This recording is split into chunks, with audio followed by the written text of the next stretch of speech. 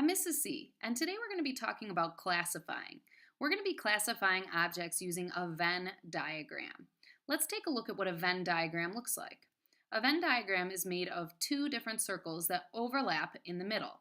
In the first circle, we'll put things that meet the criteria of the label of that circle. In this case, things that are going to go into that first circle are going to be shapes that are triangles. In the second circle, we're going to put things that meet the criteria of the label of that circle. In this case, we'll label the circle blue. So we'll put all of our shapes that are blue into that circle. Now you can see in the middle there's a space where both of those circles overlap.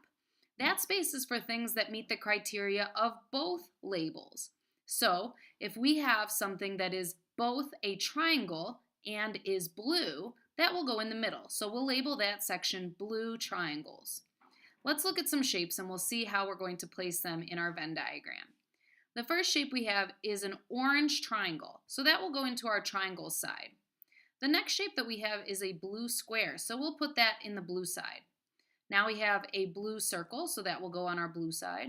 A blue rectangle will go on our blue side. A red triangle will go on our triangle side. And now let's take a close look at this next shape. This next shape is a triangle, so it should go in our triangle circle. It's also blue, so it should also go in our blue circle. Since it is both a triangle and it is blue, it needs to go in the middle where the two circles overlap to show that it meets both labels. It is both a triangle and blue. It is a blue triangle, which is why we'll put it in the middle where the circles overlap. Our next shape is a yellow triangle, so we'll put that here on the triangle side. Our oval is blue, so we'll put that on the blue side. And now we have a green triangle, we'll put that over there with the triangles. And finally, another special shape. It is both a triangle and blue, so we'll put that in the middle where the two circles overlap in our blue triangle section. Let's take a look at another example. In this Venn diagram, we'll label this side yellow, and we'll label our other side as circles. So in the first circle, we'll put things or shapes that are yellow, and in the second circle, we'll put shapes that are circles. And in the middle, we'll put shapes that are both yellow and circles. Let's take a look at the shapes that we have here. Our first shape is a circle, so we'll put it on the circle side. Then we have a yellow shape. It's not a circle, so it won't go on the circle side, but it will go on our yellow side. And our next shape is a yellow circle. It is both yellow and a circle, so we'll put that in the middle where the circles overlap. Now we have a green circle. We'll put that over here with our circles.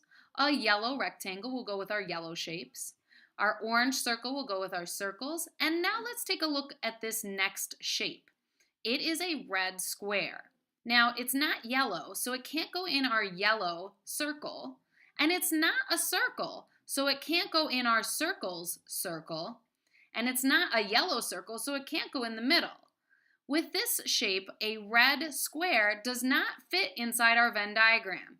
It cannot go inside either circle, so we'll leave it where it is for now. The next shape that we have is a blue circle. We'll move that over with our circles. Then we have a yellow triangle. We'll put that with our yellow shapes. A yellow oval can go with our yellow shapes. A yellow triangle can go with our yellow shapes. And finally, we have another yellow circle. It's yellow, so it needs to go in our yellow circle, but it's also a circle, so it needs to go in our circles circle. So we'll put it in the middle where the two circles overlap to show that it meets both criteria. It is both yellow and a circle. So it'll go in the middle where the circles overlap, where we have our yellow circles. It is important to know how to use a Venn diagram because it helps us when we're categorizing or when we're classifying shapes or other things. It helps us to show how things are the same and how things are different from one another. Thank you for watching. I'll see you next time.